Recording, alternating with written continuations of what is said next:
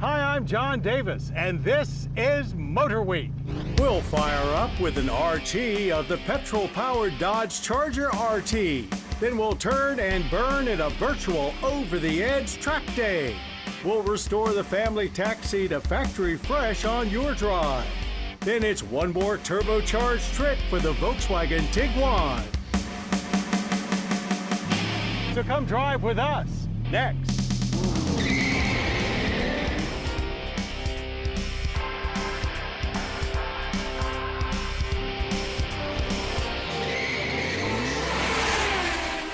MotorWeek, 45 years steering you in the right direction. MotorWeek is proudly sponsored by Auto Value and Bumper to Bumper, a nationwide network of stores and shops providing major brand auto and truck parts and service from coast to coast and in your local community. Service is the difference. We get it. Learn more at autovalue.com and bumpertobumper.com. We're Tire Rack. We test tires and share our results. We stock over 1 million tires. We offer multiple installation options. We do this because we believe tires matter. TireRack.com. A reborn Dodge Charger arrived for 2024, promising multiple powertrain options along with both 2- and 4-door body styles. And over the last 2 years, they've been steadily rolling out new Chargers to fill out the lineup. The latest is this RT. Now, it may be the entry-level Charger, but as you might expect, it's far more than that.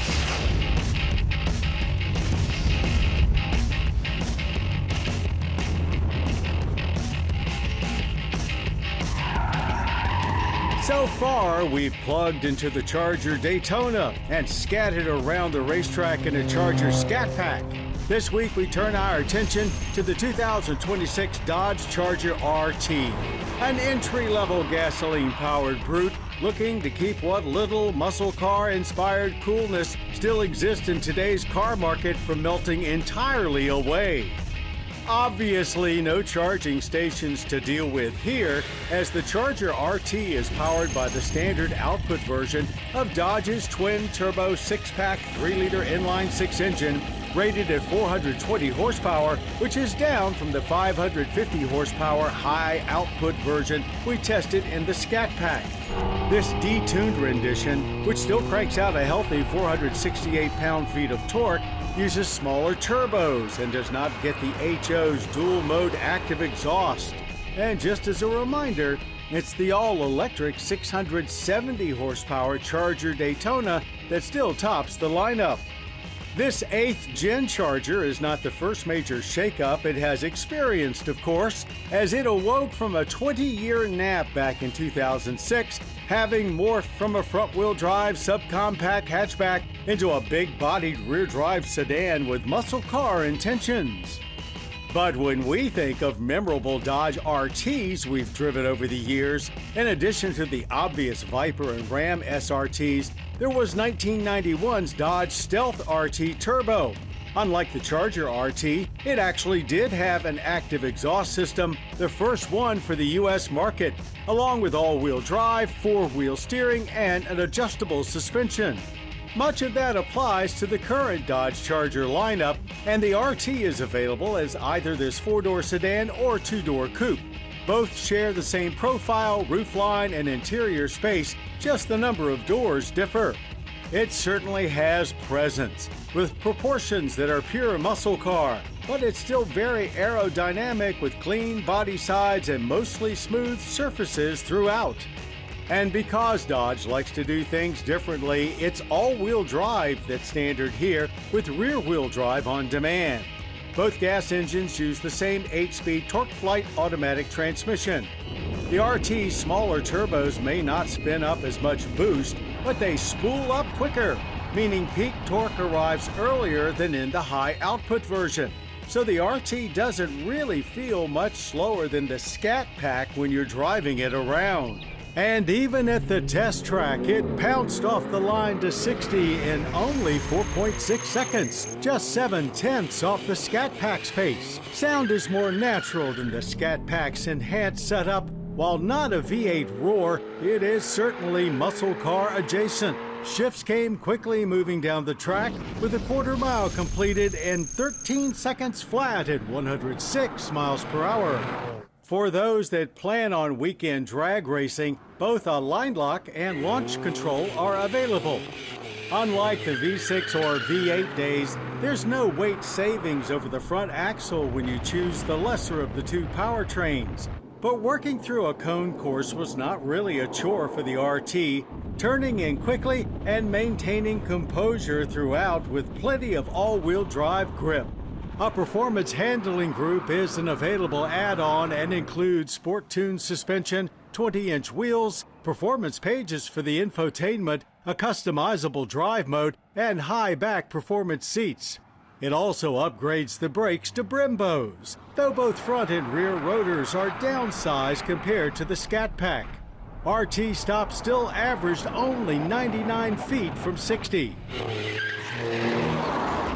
Two things we love about the interior environment are that all Chargers share the same theme regardless of power source, and they were able to incorporate lots of historic Charger muscle car inspiration without going overboard with it. This being the first four-door we've tested, access to the rear seat is indeed much easier. Government fuel economy ratings for the RT four-door are 17 city, 26 highway, and 20 combined. We averaged 20.4 miles per gallon of regular. That's a slightly below average energy impact score using 14.9 barrels of oil yearly with 7.3 tons of CO2 emissions. Available in both standard RT and RT Plus, sedan pricing starts at $53,990, which is a $5,000 discount from the Scat Pack. Two doors are $2,000 less. The 2026 Dodge Charger RT may be the least powerful 8th gen Charger yet, but it rolls with plenty of attitude and a 60-year history of Dodge RT performance. It's just another option for the trophy package that is the Dodge Charger lineup, our MotorWeek Driver's Choice Award winner for Best of the Year.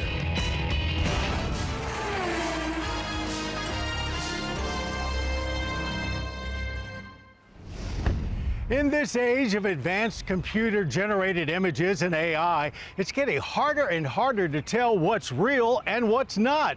True, in many cases, that can be a bad thing. But this week, our Greg Carlos takes us over the edge to prove how simulation technology is used for the good of those that love to drive.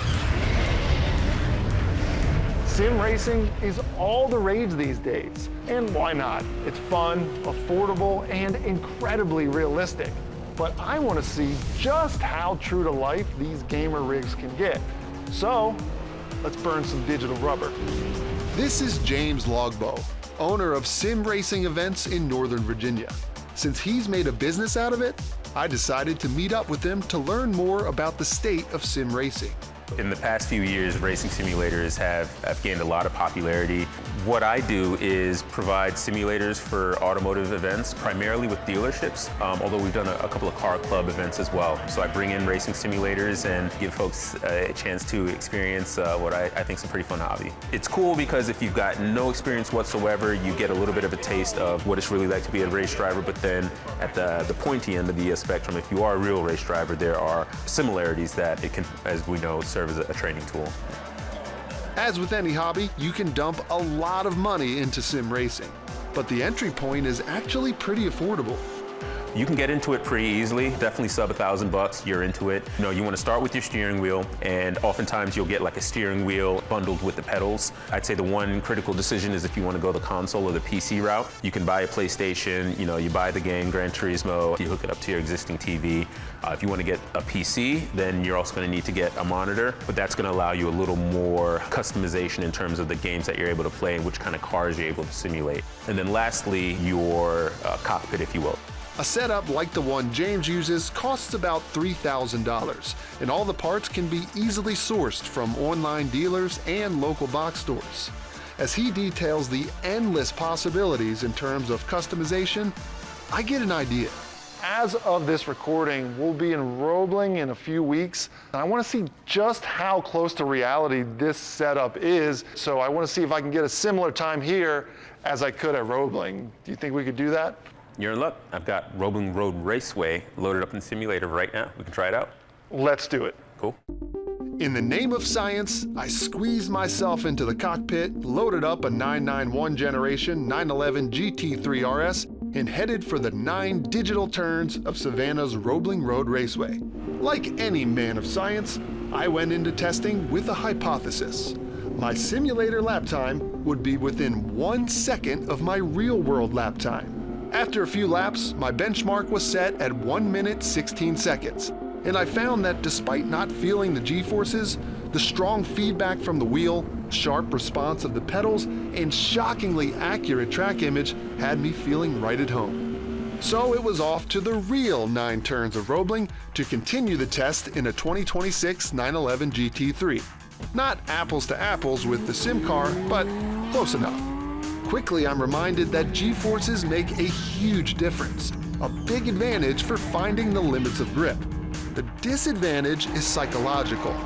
Knowing that those G-forces will have very real consequences if I make a mistake, I drive with a slightly less cavalier mentality. Here's a comparison view with my best simulator lap up top and my best real-world lap below. As you can see, it's pretty darn close, even down to my shift points. And when it's all said and done, my best time in real life is 1 minute 17 seconds. Thus supporting my original hypothesis of a delta no greater than 1 second. So what did we learn? Well, racing simulators really do offer a true-to-life racing experience, but the scientific method requires retesting. So I guess I'll just have to spend more time in the seat. Cleaning your car after months, weeks, or even just a day of hauling kids and pets around can be like cleaning a crime scene. Well, if you want your interior to look like it's rated adults only, listen to what Audra Forden has to say on MotorWeek's Your Drive. Hey y'all, we've all been there. Kids or pets plus cars equals chaos. From spilled snacks to sticky fingers or drool on your seats, your car can quickly turn into a disaster zone. But don't worry, today I'm going to show you how to prep your car before the mess happens, or if it's already too late, how to deep clean your ride and get it back to looking brand new. Let's get started with some prevention. Pet proofing and kid proofing your car isn't just about keeping things clean, it's about survival. To keep your car seats in one piece, use seat protectors. These covers shield your seats from spills, crumbs, sticky hands, drools, and dirty paws. They're affordable, easy to use, and they'll save your upholstery from disaster. Get a small trash can that attaches to the back of the seat or the center console. It keeps wrappers, snack bags, and other messes contained so you don't have a mess everywhere. Seat and visor organizers are little lifesavers that keep toys, snacks, and games organized. No more mystery items floating around. Okay, so you've prepped. Here are a couple of quick habits that will help you keep it clean moving forward. New rule, no eating in the car. Well, most of the time. If eating and snacking in the car becomes a daily thing, you're going to find yourself constantly cleaning. Try to keep snacks simple and always have napkins or wipes on hand for emergencies. Yeah, wipes are your best friend. Use them after every spill to keep things fresh. So maybe it's too late for prevention, your car is already a mess and you need to deep clean your family hauler? No worries. Here's how to make it look new again. Number one, first, take everything out of your car. You're going to declutter. Every toy, every snack bag, and forgotten item, clean the car from inside out. Trust me, this step is crucial. Vacuum like a pro. Vacuum the seats, under the seats, in the cracks, and get rid of every crumb and every bit of dirt. A good handheld vacuum or car vacuum can make this so much easier.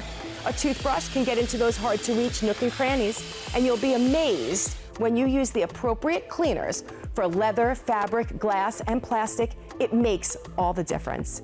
Rinse or scrub your floor mats. Do it, literally. Clean the mats, instantly freshens up the look of your car. If you struggle with this, consider a professional detailing for game-changing makeovers. So whether you are getting ahead of the mess or diving into a deep clean, keeping your car looking great is totally doable. Grab your supplies and get to work. And remember, if you have any questions or comments, reach out to us right here at MotorWeek. We've got the Fast Pass for everything new, so let's skip the line and get right into this week's Quick Spin. Sometimes it's best for niche artists to go mainstream. If you're an earlier adopter of Rivian's R1S or R1T electric vehicles, you're about to be the part of a much larger crowd with this incoming 2027 R2. The R2 is basically a smaller R1S, about 15 inches shorter than its mid-size kin. Though with 9.6 inches of ground clearance and a second row down 79 cubic foot cargo area, the R2 is just as prepped for weekend adventures off the paved path.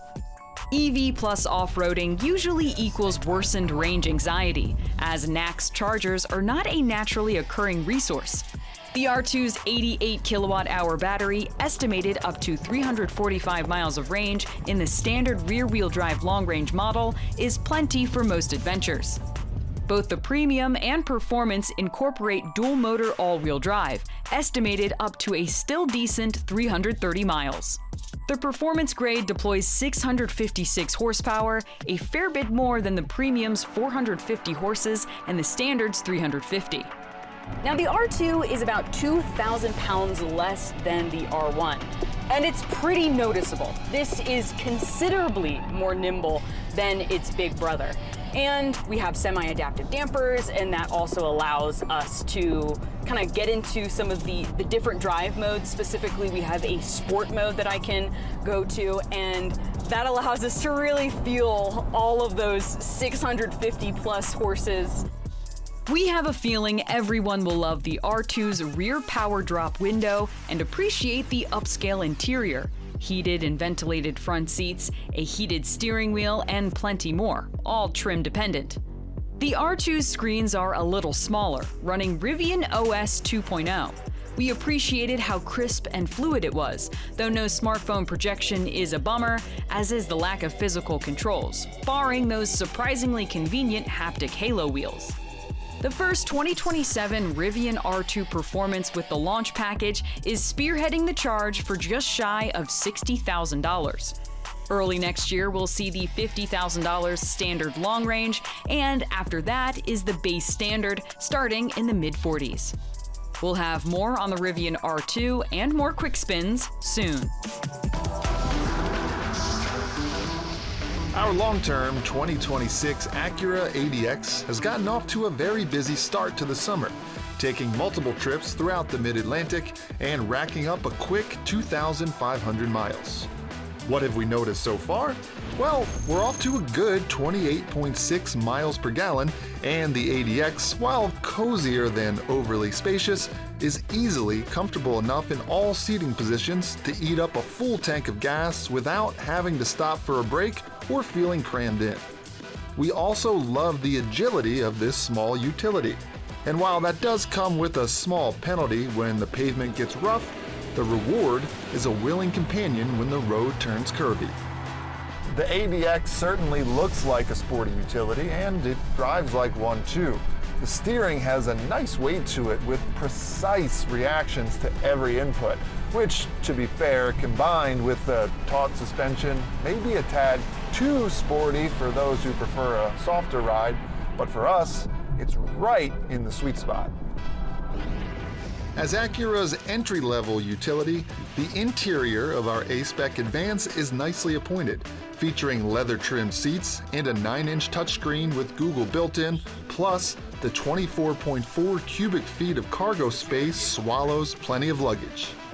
And the 190 horsepower 1.5-liter Turbo 4 has had no problems moving it all down the road, even when packed full of people and gear, with both passing on the highway and merging into traffic stress-free affairs. We'll see what adventures our Subaru Outback has been on in the next MotorWeek long-term road test update. An all-new third-gen Volkswagen Tiguan arrived just last year. So why is this 2026 Tiguan sitting on deck waiting to launch into another road test? Well, that's because, like us, Volkswagen thought the elevated Tiguan experience could still use some extra punch in the power department. So let's spin up this turbo and see how it boosts our impressions of the new Tiguan.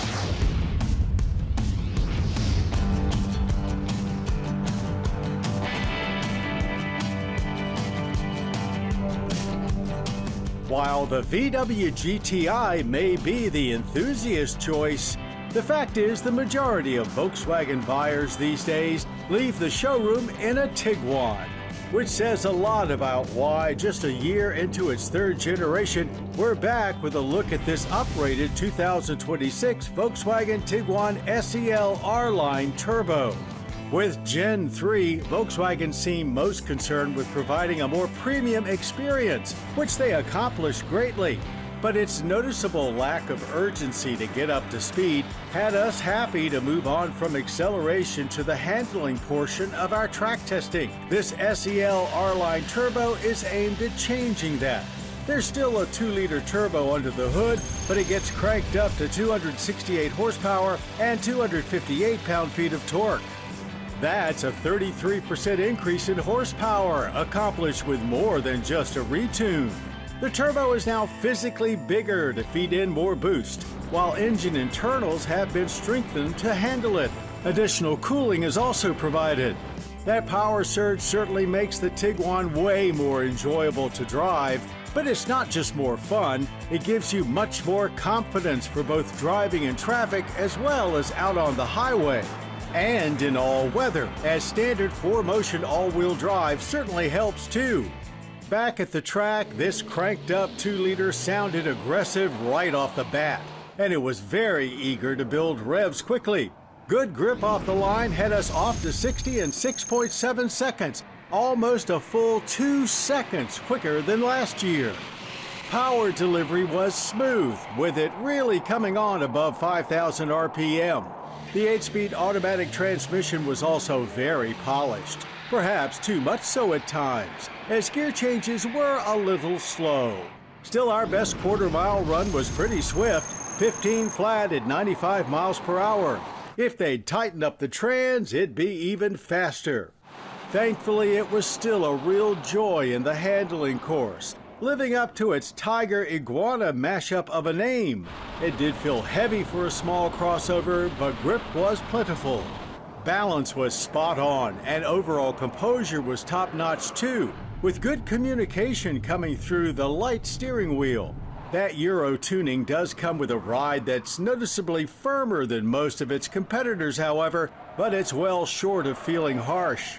In our braking test, stops were smooth, straight, and mostly consistent. We averaged a good 103 feet from 60, with only minor fade creeping in.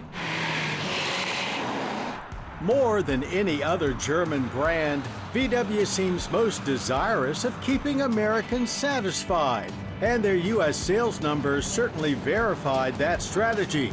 What does that mean exactly? Mostly it comes down to lower pricing and lots of space inside, as it does indeed feel very roomy, especially in the rear seat with the elimination of the third row option. There's plenty of comfort up front too, as well as being very techy. Most of it works nicely, including the bigger 15-inch infotainment display that's easy to read and quick to respond, and getting rid of the haptic steering wheel controls was a good move. In addition to the bigger screen, SEL R-Line turbos get upgraded Harman Kardon audio, additional ambient lighting, massaging seats, 3-zone climate control, and genuine walnut wood trim. It retains its upscale exterior look too, with SEL R-Lines benefiting from 20-inch wheels, silver roof rails, backlit logos and light bar, and puddle lamps. Government fuel economy ratings are 22 city, 29 highway, and 25 combined. We averaged a great 29.3 miles per gallon of regular. The SEL R-Line Turbo is the top Tiguan, starting at $45,410, about $6,000 over an SE R-Line. That sounds pricey, but it's not out of line with most competitors' top option. It's not too often we see a vehicle get exactly what it needed, but that's the case here with the 2026 Volkswagen Tiguan SEL R-Line Turbo. It is a mouthful of a name, but in a field of appliance-like small crossovers, the Tiguan brings a welcome blend of style, practicality, and space, and does it a great deal faster than ever. Well, that's our show. I hope you enjoyed it. Now, for more MotorWeek, including daily news updates, podcasts, and even complete episodes, cruise on over to pbs.org/MotorWeek.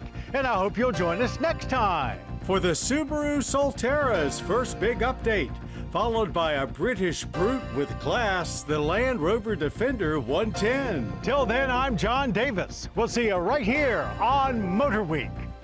To learn more about MotorWeek, television's original automotive magazine, visit pbs.org/MotorWeek.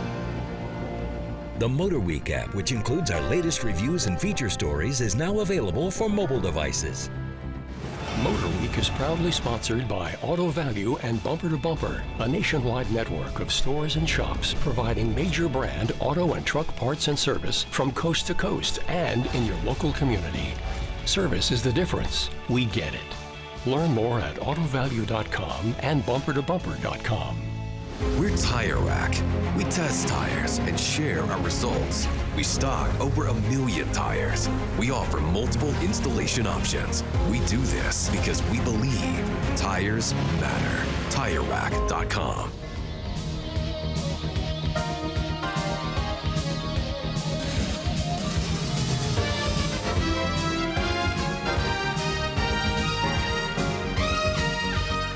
This program was produced by Maryland Public Television, which is solely responsible for its content.